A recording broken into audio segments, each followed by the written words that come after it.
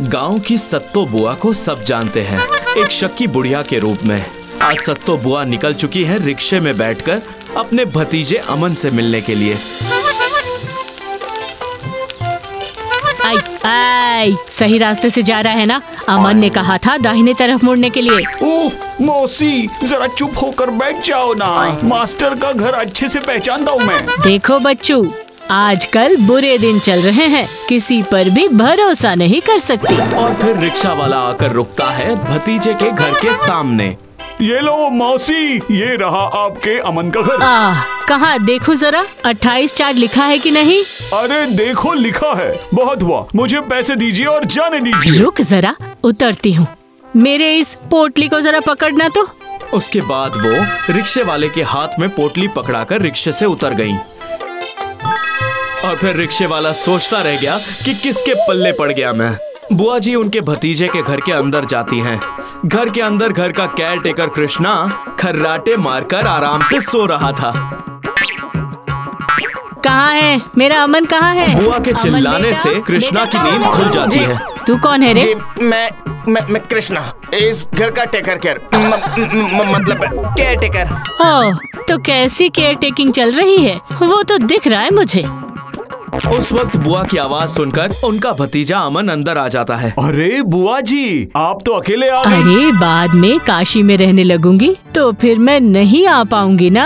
हाँ, अभी वो सब बातें रहने दीजिए, इससे मिलिए, ये है कृष्णा। बुआ जी घर का कामकाज, खाना बनाना सब कुछ यही करता है। हाँ हाँ जानती हूँ, और कितना काम करता है वो भी जानती हूँ। अरे वाह, आप मिल चुकी हैं, अच्छी बात है। कृष्णा, ये मेरी सौदामिनी बुआ, मेरा मतलब सत्तो बुआ, बहुत अच्छे से इनकी मेहमान नवाजी करना। जी अच्छा। बुआ अब मैं चलता हूँ, ठीक है? स्कूल के बाद ट्यूशन पढ़ा कर लौटूंगा। ठीक है, तू जा बेटा, तू जा। अमन स्कूल चला जाता है और कृष्णा बोलता है, अब जरा आराम कर लीजिए, मैं आपके लिए शरबत और कुछ फल लेकर आता हूँ। ठीक है, जाओ। अगले दिन सुबह अमन जब अखबार पढ़ रहा होता है, उसी वक्त बुआ आकर खड़ी हो जाती है अमन के सामने। ये क्या, तू अब तक स्कूल नहीं गया है? वाह वाह, अच्छा है अच्छा है। सुन बेटा, एक बात करनी थी। हाँ बोलिए ना। सारे पड़ोसी कह रहे थे कि आजकल यहाँ काफी चोरियाँ हो रही हैं। तेरा ये कृष्णा कैसा आदमी है रे? आहा बुआ जी, आप तो कृष्णा के पीछे ही पड़ गई हैं। पूरा दिन मेरे पास काम करता है और रात को नाइट ड्यूटी करने जाता है परी चौक के कील के कारखाने में। बेकार में ही शक कर रही हैं आप। देख अमन, सावधानी का मोल समझ। देखिए, इंसान को देखते ही मैं समझ जाता हूँ कि कौन कैसा है। आप ही देखिए, काशी जाने से पहले इलाके के चोर को पकड़ सकती है कि नहीं? क्यों सत्तो बुआ? तू भी ना अमन बेटा। बुआ को शर्म तो आती है पर पीछे नहीं हटती। अगले दिन कृष्णा हाथ में एक कटोरी लेकर बुआ के कमरे के सामने खड़े हो जाता है। अंदर आ जाओ क्या बुआ जी? क्या चाहिए? हाँ आपके पैरों में मालिश करने के लिए थोड़ा सा तेल गरम करके लाया हूँ। आप बड़ी है ना, आपकी सेवा करने का मतलब ईश्वर की सेवा करना जैसा है। बाप रे, ठीक है, बहुत हो गया, मालिश कर। कृष्णा सत्तो बुआ के पैरों में मालिश करना शुरू करता है और बुआ की नजर पड़ जाती है कृष्णा के हाव भाव पर। ये क्या, तेरे हाथों में छाले कब पड़े? कृष्णा चौंक जाता है। ये शायद कल मछली तलते वक्त हो गया होगा। मछली? पर कल तो मछली बनाया ही नहीं था तुमने। वो मतलब तो फिर उसके पहले हो गया होगा शायद। अच्छा मैं अभी चलता हूँ। हाँ, बहुत काम बाकी है ना मेरा। है कृष्णा के इस तरह चले जाने से बुआ का शक और भी गहरा हो जाता है। ये मामला मुझे कुछ ठीक नहीं लग रहा है। और फिर बुआ जी कृष्णा का पीछा करती हैं। वो देखती है कि वो एक ताले की चाबी बंद कर रहा है और जब कृष्णा वापस आ रहा होता है, बुआ जी उसके सामने आती है। इस कमरे में क्या कर रहा था? किस कमरे में? कहाँ पर? इस अटारी के कमरे में। पुरानी टूटी फूटी चीज सब इसी कमरे में तो है। कल रात को आवाजें आ रही थी ना, इसीलिए देखने आया था। ओह अच्छा, ठीक है।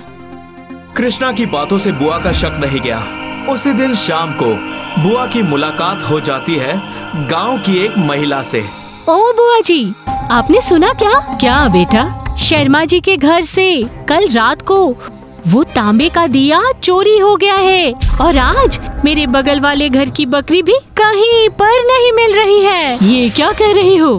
अब क्या बोलूं बताइए। घी का दिया जला कर रखा था, सुबह देखा कि जमीन पर घी पड़ा हुआ है और दिया नहीं है। अच्छा, तुम्हारा दामाद परी चौक के कारखाने में काम करता है ना? हाँ हाँ करता है। अच्छा, दामाद जी को एक बार मिलने के लिए कह देना, मुझे थोड़ा काम है। ठीक है, अब मैं चलती हूँ। हाँ। बुआ जी का शक और भी बढ़ जाता है। वो तुरंत चली जाती हैं और कृष्णा के सामने जाकर खड़ी हो जाती हैं। क्या हुआ? इतना हाथ क्यों पोंछ रहा है? वो हाथों में जरा गोंद लग गया था। गोंद? मगर तू कर क्या रहा था? वो अमन भैया ने स्कूल का लिफाफा गोंद से चिपकाने के लिए कहा था, इसीलिए वो। तो सरसों का तेल लगा, सब निकल जाएगा। जा। ठीक है। अगले दिन सुबह जब बुआ जी बगीचे में बैठी होती हैं, तब उनके सामने आकर खड़ा हो जाता है बुआ जी का खबरी। अरे बुआ जी। अरे बेटा, तुम्हारे बारे में ही सोच रही थी, खबर मिली क्या? हाँ, परी चौक में अब और कोई कील का कारखाना नहीं है। पहले एक था, पर वो काफी दिन पहले ही बंद हो चुका है। क्या कह रहे हो? अच्छा, ठीक है, तुम्हारा बहुत बहुत शुक्रिया। ये खबर सुनते ही बुआ जी मन ही मन में सोचने लगती हैं। तो क्या मेरा शक सही है? क्या ये कृष्णा ही चोर है? बुआ जी सीधे चली जाती है रसोई घर में, जहाँ कृष्णा खाना बना रहा होता है। खाने की तैयारी चल रही है क्या? जी बुआ जी। मैंने सुना आज पीछे वाले घर में कटहल चोरी हुई है और कल पड़ोसी घर से एक बकरी भी गायब हो गई है। हाँ। अच्छा कृष्णा, एक बकरी का आजकल मार्केट रेट क्या चल रहा है? वो 900 रुपए। अच्छा, कीमत तो तुझे अच्छे से पता है। हाँ। कृष्णा को इस हाल में छोड़कर बुआ जी सीधे चली जाती है अपने भतीजे अमन के पास। अच्छा सुनना, तुझे एक बात कहनी थी। कृष्णा चोर है, यही कहोगी ना? अरे तो सुन ना, जिस कारखाने में कृष्णा काम करता है कहा था ना, वो कारखाना बहुत दिन पहले ही बंद हो चुका है। मैंने पता किया था। और फिर उस दिन छाले, एक दिन गोंद चिपका हुआ, और तो और बाजार में बकरी की कीमत तुरंत बोल देना। ओह बुआ जी, देखो कृष्णा बाजार जाता है, खाना बनाता है, चीजों की कीमत जानना तो आम बात है। और रसोई में खाना बनाने से छाले तो पड़ ही सकते हैं। बाकी रही गोंद की बात, वो काम तो मैंने ही उसे दिया था। अरे नहीं, मैंने देखा है, उस अटारी के कमरे में हर वक्त ताला चाबी लगाकर चाबी खुद के पास रखता है। अरे उस कमरे की चाबी उसके पास ही रहती है, इसमें ऐसा क्या अजीब है? सुन अमन, ये बाल धूप में सफेद नहीं किए हैं मैंने, ये सब तू नहीं समझेगा। और फिर जब कृष्णा अपने कमरे में वो चाबी और कपड़े संभाल के रख रहा होता है, तब बुआ जी चुपचाप कमरे के अंदर घुस जाती हैं। यही मौका है, अभी ये चाबी ले जाकर देखती हूँ कि उस अटारी के कमरे में आखिर वो रखता क्या है।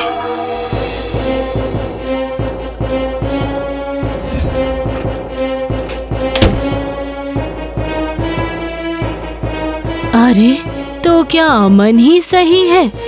मैं कृष्णा को गलत समझ रही थी। उसके बाद बुआ जी हताश होकर कृष्णा पर शक करना छोड़ देती हैं। और फिर जब एक दिन बुआ जी रसोई घर में पानी पी रही होती हैं, उनके हाथ से ग्लास गिर जाता है और वो ग्लास जाकर रुकता है रसोई के बाहर। और तभी बुआ जी देखती हैं कमरे में पाँव के निशान। पाँव के निशान यहाँ पर? मुझे लगता है ये तो घर के पीछे की ओर जा रहा है।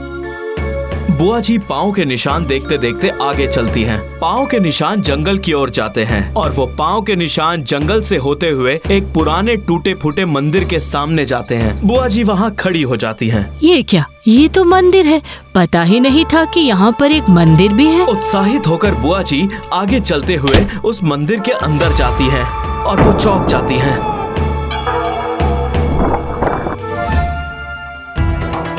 ओह, अब समझ में आया मुझे, ये सब तो चोरी की हुई चीजें हैं। अच्छा, अब उसे रंगे हाथों पकड़ना ही पड़ेगा। हाँ, मिल गया, मुझे एक उपाय मिल गया। इसके बाद बुआ जी सीधे जाकर पहुंचती हैं पंचायत प्रधान के घर पर। देखिए प्रधान जी, इस इलाके में चोरी बंद करने के लिए आपको ये करना ही होगा। सब कुछ करने के लिए तैयार हूँ बुआ जी, बोलिए ना, बोलिए क्या करना है मुझे। ध्यान से सुनो। उसके बाद बुआ जी प्रधान के साथ अकेले में सलाह मशवरा करती हैं और फिर अपने घर वापस लौटकर अपने भतीजे अमन से कहती हैं, सुन बेटा अमन, मैंने सुना कल प्रधान जी घर पर नहीं रहेंगे, पूरा घर खाली है उनका। मैंने कहा कि अच्छे से दरवाजे बंद करके जाना, क्या पता कब चोर आ जाए। ऐसा है क्या? उधर बुआ जी और अमन की बातें छिपकर सुन रहा था उनके घर का नौकर कृष्णा। ओह, तो ये बात है, फिर तो कल प्रधान के घर जाना ही पड़ेगा। और इसके बाद कृष्णा प्रधान जी के घर पर चोरी छुपे चला जाता है। उस वक्त उनके घर पर कोई नहीं था। वो प्रधान के घर के दरवाजे का ताला तोड़कर अंदर घुस जाता है। बस बस बाबा, ये आखिरी है। आज इस घर से चोरी करके कल सुबह ट्रेन में बैठकर कहीं और चला जाऊंगा। अभी जल्दी जल्दी काम शुरू करता हूँ। इसके बाद कृष्णा शुरू करता है चोरी का काम। कृष्णा के हाथों में जो भी लगा वो उसे चोरी करने की कोशिश करने लगा। तभी वहाँ पर छिपे हुए सारे गांव के लोग बाहर निकल आते हैं। क्यों जी, चोर जी, कृष्णा जी, अब तुम्हें सहना पड़ेगा दर्द जी। मैं तो ये सोच नहीं सकता कि तुम सच में एक चोर हो। छी छी छी छी छी छी छी, इतने दिनों से एक चोर को मैंने घर में रखा था। बहुत हो गया, पुलिस को बुलाओ चलो। नहीं नहीं, छोड़ दीजिए छोड़ दीजिए, मुझसे गलती हो गई। मैंने जो कुछ चुराया सब वापस कर दूंगा। नहीं नहीं नहीं नहीं, पुलिस को मत बुलाइए, पुलिस को मत बुलाइए ना। रुको, अभी पुलिस को मत बुलाओ, वो अपनी गलती समझ चुका है, इसे मैं सजा दूंगी। हाँ हाँ, अब कहिए बुआ जी, आप जो बोलेंगी वही मैं करूँगा। सुन, मेरे साथ तू भी काशी जाएगा। इतने दिनों से बहुत पाप किया है, अब काशी जाकर लोगों के पैरों में तेल मालिश करके पुण्य कमाएगा। जेल से बचने के लिए मजबूर होकर वो बुआ जी की बात पर राजी हो जाता है।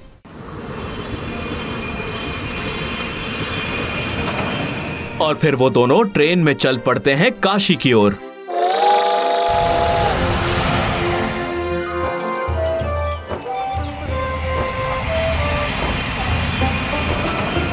बनारस स्टेशन में आकर ट्रेन रुकती है। ट्रेन से उतरते ही बुआ जी पीछे मुड़कर बोलती हैं, कहाँ गया? जल्दी से सामान उतार ले। अरे ओ कृष्णा। जी बुआ जी, आया। हाँ, मैंने कभी नहीं सोचा था कभी ये भी दिन देखना पड़ेगा। बुआ जी के चक्कर में और जेल के डर से अब चोर कृष्णा लोगों की सेवा में अपना जीवन समर्पित करता है।